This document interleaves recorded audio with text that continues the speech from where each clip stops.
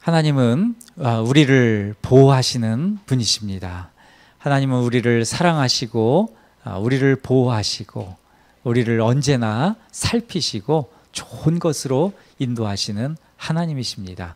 성경은 이곳저곳 보면 참 흥미로운 말씀들이 있는데 하나님이 우리를 보호하신다, 하나님이 우리를 인도하신다, 하나님이 우리를 사랑하신다라는 것을 참 비유적으로 우리가 이게 생각지도 못한 참 이렇게도 비유를 하시나라는 그런 것들이 있는데, 하나는 이 머리카락이에요. 우리 마태복음 10장 30절을 보면은 하나님께서 이 머리카락을 다 머리털까지 다 새 신바 되었다 이렇게 말씀하는데 참 재밌는 표현입니다. 우리를 보호하시고 사랑하신다는 표현이 우리 머리털까지 다 새신데요, 꼼꼼하게. 이제 그렇게 있고, 조금 더 보면은 누가복음 21장 18절에도 보면은요, 너희 머리털 하나도 상하지 아니하리라 이렇게 말씀해요. 거기서도 머리털이 상하지 않게 하셔야겠다 이제 이렇게 말씀하시는 거죠. 또 더 재미있는 것은 우리를 보호하시고 사랑하신다는 그 표현이 잠으로도 그렇게 나와요. 시편에서는 시편 121편 4편에는 이스라엘을 지키시는 이는 졸지도 아니하시고 주무시지도 아니하시리로다 이 말씀이 나요. 잠을 자지가 않으시고 24시간 365일 우리를 늘 이게 돌보시고 인도하신다 이런 것입니다. 참 하나님께서 우리를 보호하시고 사랑하신다는 표현이 참 재미있게도 표현하십니다. 그런데 이것은 아주 섬세한 것, 아주 사소한 것까지 이렇게 하나님께서 우리를 꼼꼼히 면밀히 살피시면서 도우신다는 것, 여기에 우리는 또 감동하지 않을 수가 없습니다. 자, 오늘 읽은 이 출애굽기 14장 이 배경은 우리가 잘 아는 말씀입니다. 그런데 이 잘 아는 말씀 중에서도 우리가 또 새로운 각도로 또 살펴보면서 하나님의 은혜를 함께 나눴으면 좋겠는데, 오늘 이 장면은 이제 이스라엘 백성들이 이제 출애굽 후에 이제 그 바다를 건너서 홍해를 건너서 약속의 땅으로 이제 건너가야 되는데, 이 바다가 가로막혀 있고 이제는 이제 바로 군대가 또 추격해 오면서 이제 다 때려잡으려고 그렇게 오는 장면, 아주 급박한 상황을 지금 우리 기록하고 있는 본문을 좀 보게 되는데요.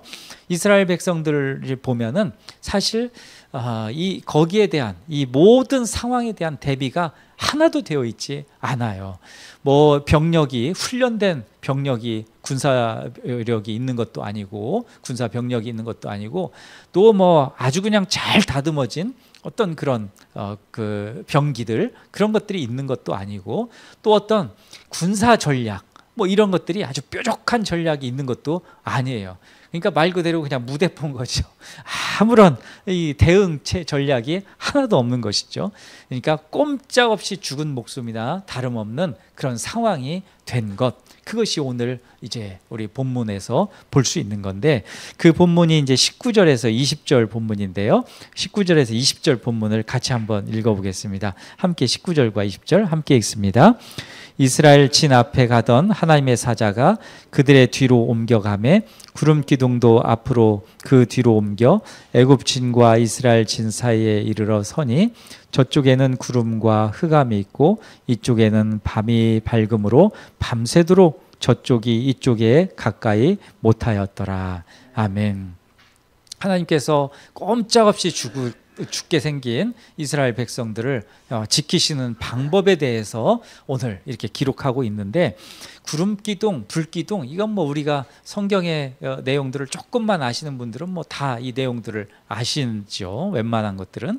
자, 낮에는 이 구름기둥으로 뜨거운 햇볕을 차단하여서 열기에서 보호해 주신 것, 이게 이제 구름기둥의 역할이고, 또 밤이 되면 불기둥으로 차가운 한기를 면하게 하셨다. 이게 이제 하나님의 인도의 방식입니다. 그런데 오늘 이 본문에서는 19절과 20절 여기에서는 이 구름기둥, 불기둥을 한꺼번에 하나님께서 사용하십니다. 한 방에. 낮에만 사용하시고 밤에만 사용하셨던 이것을 지금은 한 번에 다 사용하세요. 이게 좀 특별한 건데, 구름 기둥은 이집트 진영에 막 어둡게 하시는 거죠. 흑암과 주위를 덮도록 하신 거죠. 구름으로 확 덮어가지고 아주 그냥 칠흑 같은 밤을 만들어 버리시는 거죠. 이게 아주 특이한 장면이고, 또 불기둥은 이스라엘 진영에 그 온기를 주고 빛을 공급하시면서 아주 거기는 포근하게 평화롭게 만드시는 것, 이제 이것입니다. 그러니까 구름 기둥과 이 불 기둥이 각각에 쓰였는데 지금은 아예 그냥 한꺼번에 통째로 불기둥과 구름 기둥을 사용하시는데 이렇게 되는 거죠. 어떻게 보면은 이 흑암이 덮였다. 이것은 죽음과 심판의 그 어떤 의미들이잖아요. 그러니까 이집트 진영에, 애굽 진영에서는 구름으로 온통 덮어 있으니까 여기는 암시적으로는 이 절망과 죽음과 심판이 있을 것이다 라는 것을 암시하고 있고, 또 이스라엘 진영에는 이 불기둥으로 환하게 밝혀주면서 포근하게 하시잖아요. 이스라엘 가운데는 소망이 있다, 생명이 있다, 구원이 있을 것이다, 이것을 말씀하고 있는 것이죠.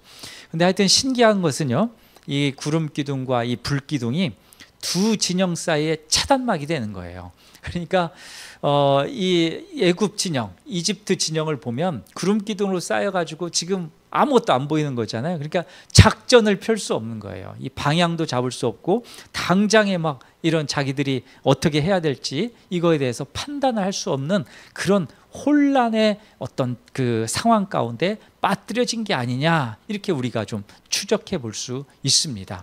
물론 성경에는 뭐 이 상황이 지금 어떻게 돼 있는지 이런 것들이 자세한 표현은 없지만 하여튼 중요한 것은 깜깜하기 때문에 그들이 어떻게 할 수 없는 이런 상황 가운데 있다. 그래서 더 추격전을 할 수 있음에도 불구하고 할 수 없는 상황으로 치닫게 하시는 것이죠. 세상을 보면은 악한 물결로 가득 차 있습니다. 세계 패권에 이 세계 패권이 움직이는 그 현상들, 이런 것들이 지금 이 과도기라고 그러잖아요. 지금 세계가 아주 재편되는 이 과도기 가운데 있는데, 이것이 이제 좋은 쪽으로 흐르면 좋은데 사실 우리가 기본적으로 뭐 이렇게 생각할 때도 좋지 않은 방향으로 흐르는 것 같다, 굉장히 불안정한 상황으로 흐르는 것 같다, 이것을 모두가 감지하죠. 저는 여러 번 말씀드렸지만 하여튼 코로나 이 3년 동안 얼마나 놀랐는지 몰라요.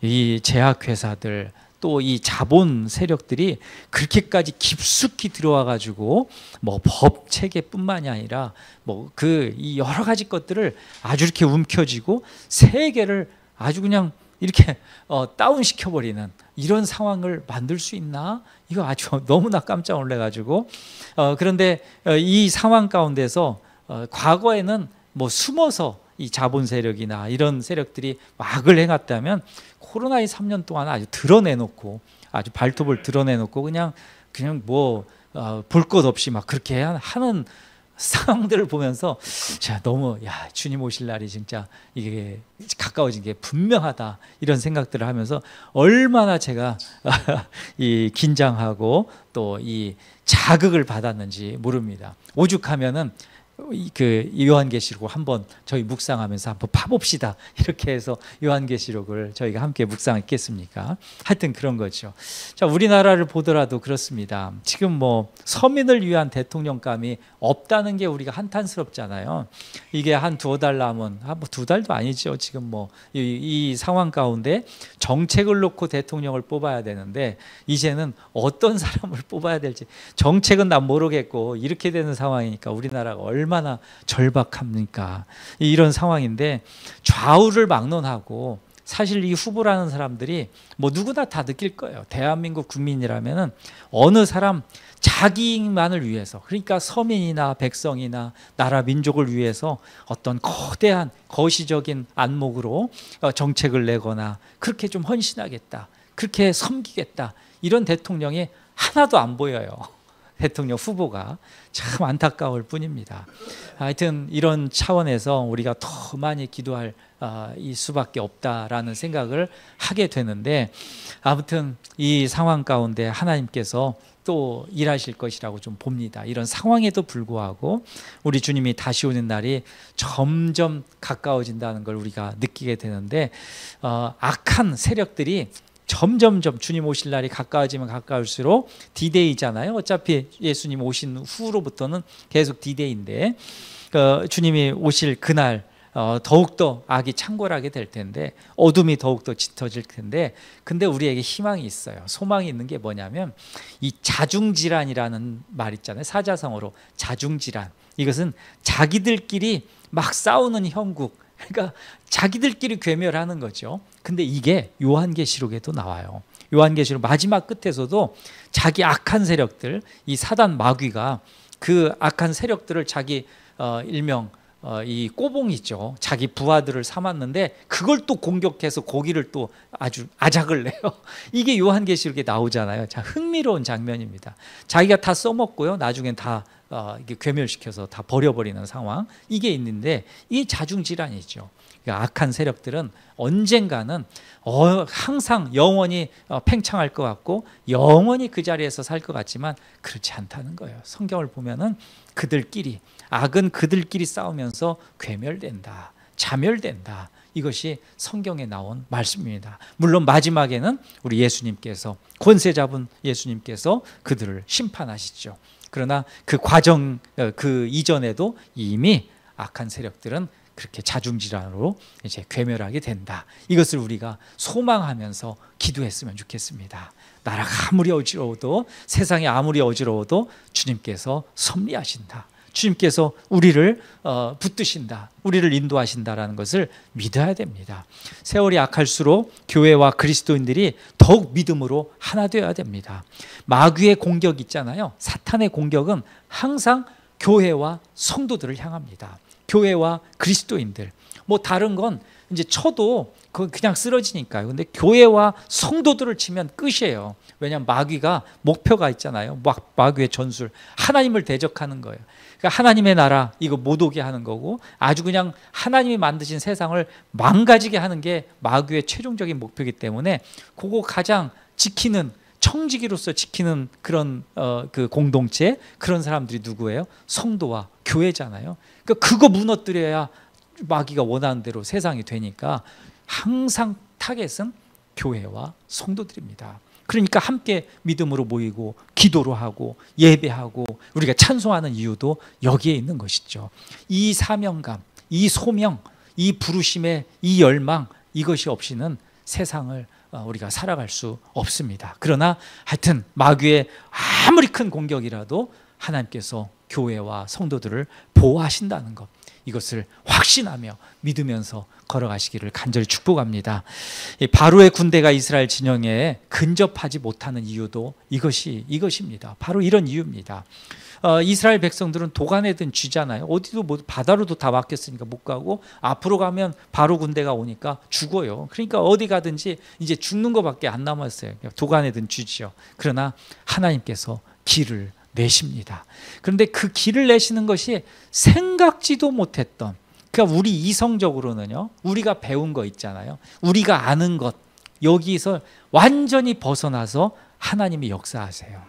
그게 정말 놀라운 것입니다. 그게 하나님이 살아계시다, 그게 바로 하나님의 권능이고 하나님의 능력이다라는 것을 보여주시는데, 우리의 생각, 우리의 지식, 우리의 경험, 우리가 알고 있는 거, 우리가 알고 있는 어떤 배경 지식, 인맥, 뭐 역사 다 필요 없고, 하나님께서 진짜 막다른 골목에서는 하나님의 방법으로 우리를 보호하시고 인도하신다는 그 사실, 이것을 우리가 믿었으면 좋겠는데, 그 21절과 23절인데 21절에서 23절 말씀, 출애굽기 14장 21절 23절 함께 읽어보겠습니다.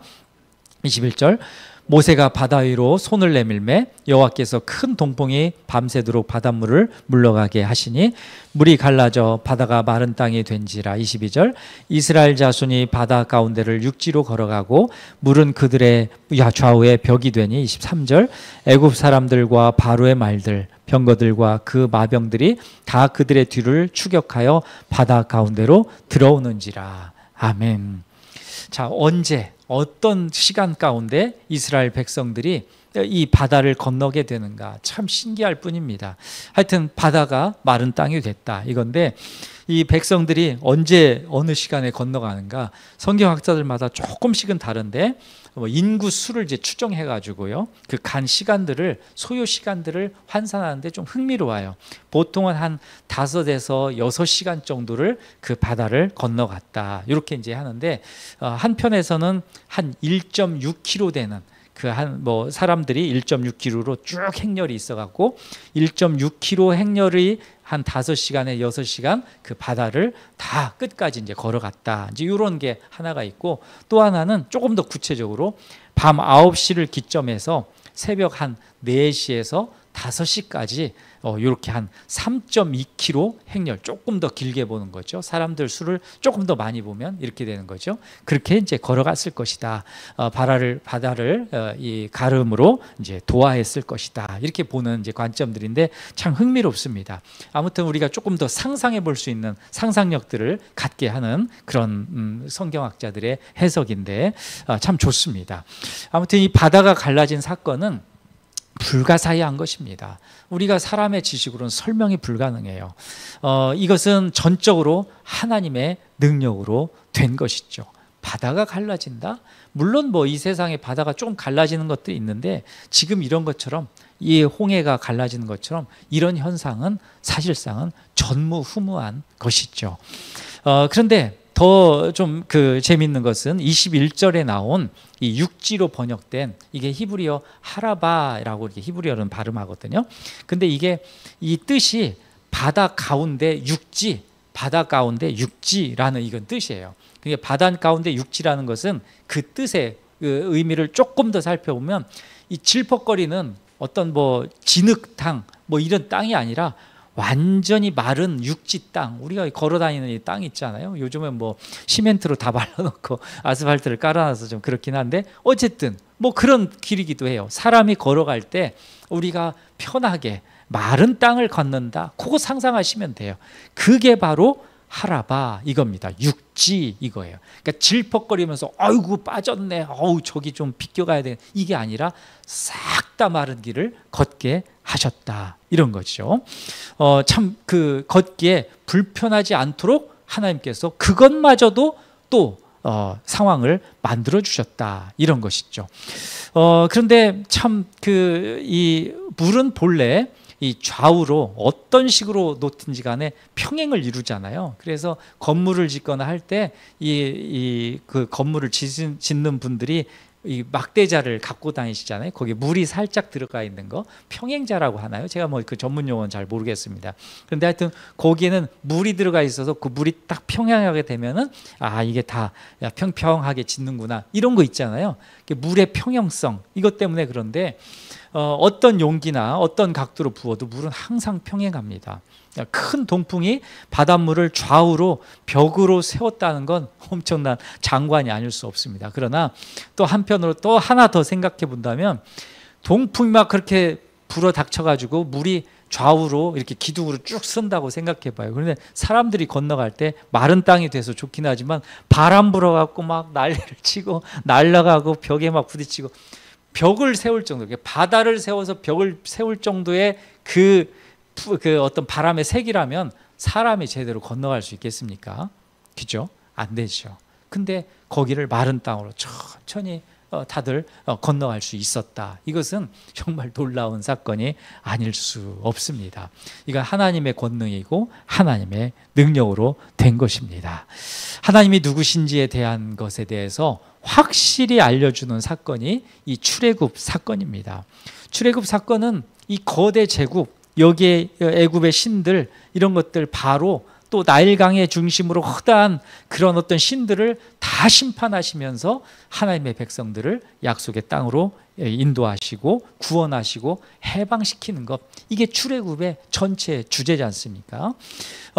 그 바로의 강팍한 마음, 그리고 10가지 재앙, 그것도 마지막 장자의 죽음 재앙으로 인해서 이 모든 것들을 쓸어버리는 것. 그러나 이스라엘 백성들은 안전하게 하나님께서 보호하시는 것, 이건 아무도 예측하지 못한 그런 것입니다. 우리는 성경을 알기 때문에 그래요, 그거 금방 알죠, 이런데 사실 뒤로 좀 돌아가 봐서 이런 상황들을 보면 아무도 예측할 수 없는, 그렇게까지 할 수 있나? 라고 생각할 수 있는 그런 거죠.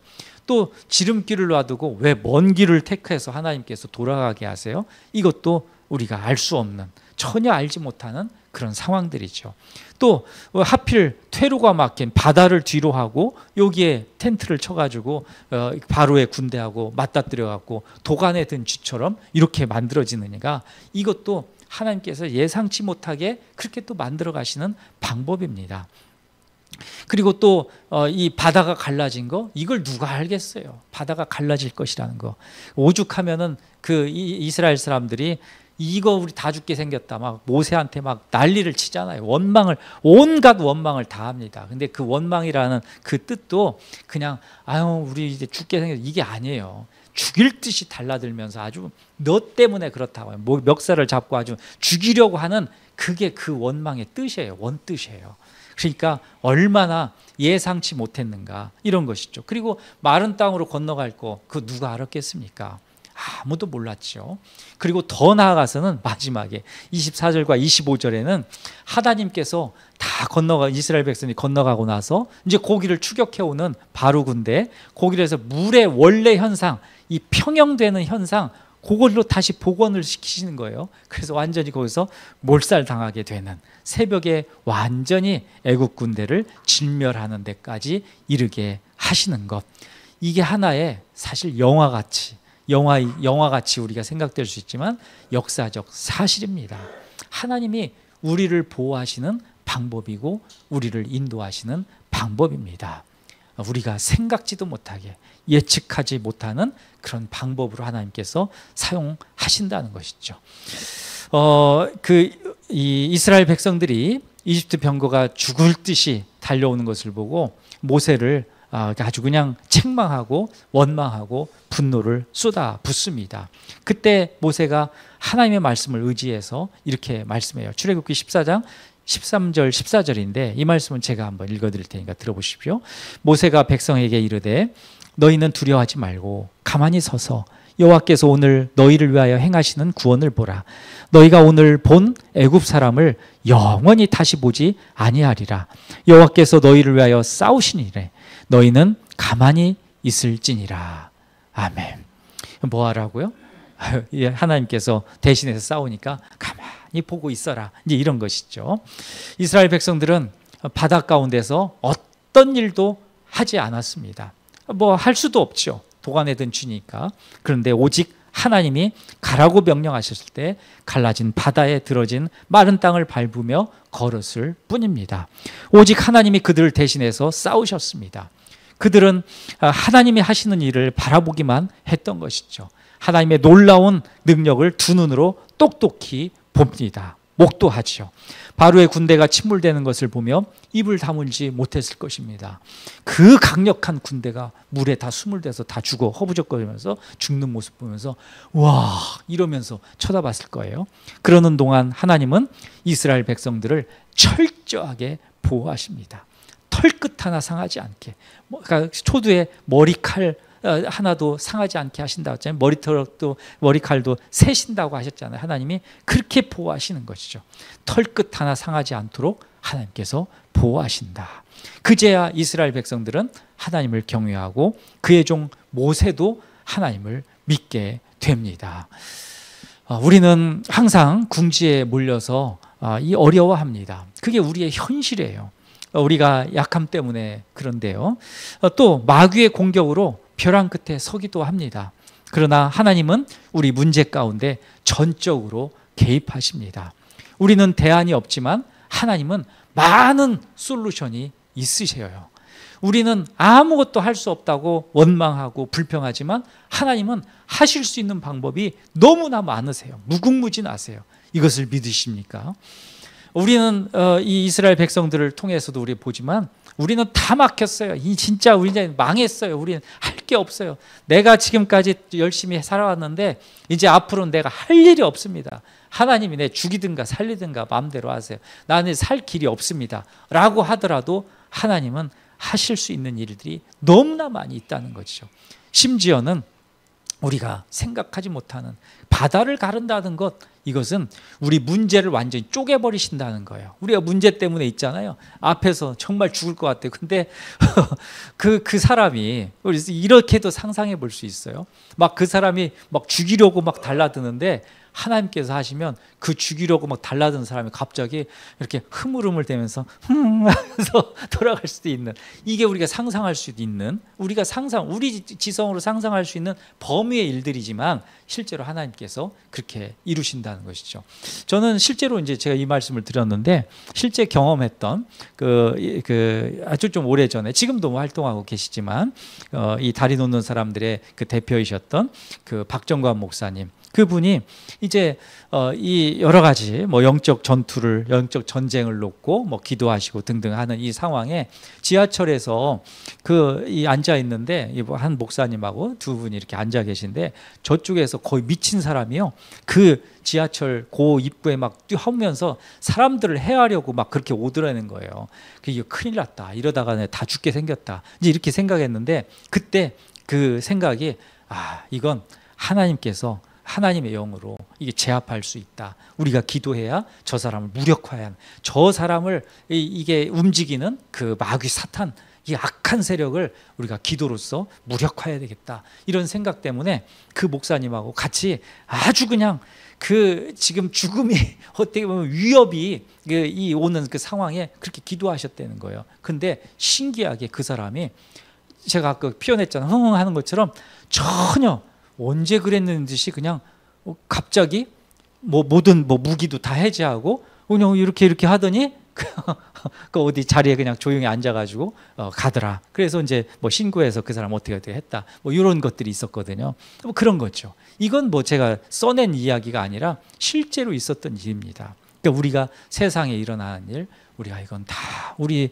생각으로는 다 할 수 없고 나는 이제 지금 다 지쳐서 나는 할 수 없습니다 라고 하더라도 하나님께서 준비하신 솔루션은 너무도 많고 그 권능과 능력은 너무도 크시다. 이것을 우리가 기억했으면 좋겠습니다. 하나님은 우리를 위해서 특단의 조치를 취하십니다. 우리를 위해서, 나를 위해서, 나의 인생을 위해서, 나를 구원하시기 위해서 그렇다는 것이죠. 그것이 바로 우리 예수 그리스도의 십자가와 부활 사건입니다. 이건 하나님께서 우리를 위해서 특단의 조치를 취하신 겁니다. 예수 그리스도를 십자가에 지시고 죽으실 것은 사실 누구도 예상치 못했던 것이고, 그것이 우리에게 어떤 영향을 미칠 것이라는 것, 세상에 어떤 영향을 미칠 것이라는 것은 아무도 몰랐죠. 그러나 예수님의 십자가 죽음은 우리를 위한 특단의 조치셨습니다. 죄와 사망의 권세, 육신의 정욕으로 죽어야 마땅한 우리를 위해 예수님 자신이 희생제물이 되어버리신 거죠. 그리고 다시 살아나심으로 인하여서 그것을 믿는 자마다 멸망하지 않고 영생을 얻고 부활하는 은혜를 입게 하신 거죠. 이 놀라운 은혜를 우리를 위해서 하나님이 특별히 만드신, 준비하신 조치였다는 것, 얼마나 놀라운 사실인지 모릅니다. 우리 성도 여러분들, 삶을 가시다가 전혀 예상치 못한, 내가 이제 더는 아니다, 이제 나는 더는 아니야, 이렇게 생각할 수 있지만 그럼에도 불구하고 하나님은 솔루션, 특단의 조치를 하실 수 있는 분이시라는 것을 믿고 궁지에 몰릴수록 이제 주님께서 하실 일이 더 많으시구나, 나는 이제 주님이 하시는 일만 봐야 되겠다, 이렇게 생각하는 게 정말 그게 옳습니다. 어떤 아무리 힘든 일이 있고 정말 힘든 일이 있으면 그때는 주님이 이제는 하실 때죠. 일하실 때인 것을 기대하면서 소망하면서 그렇게 걸어가시는 우리 성도 여러분들 되시기를 간절히 축복합니다.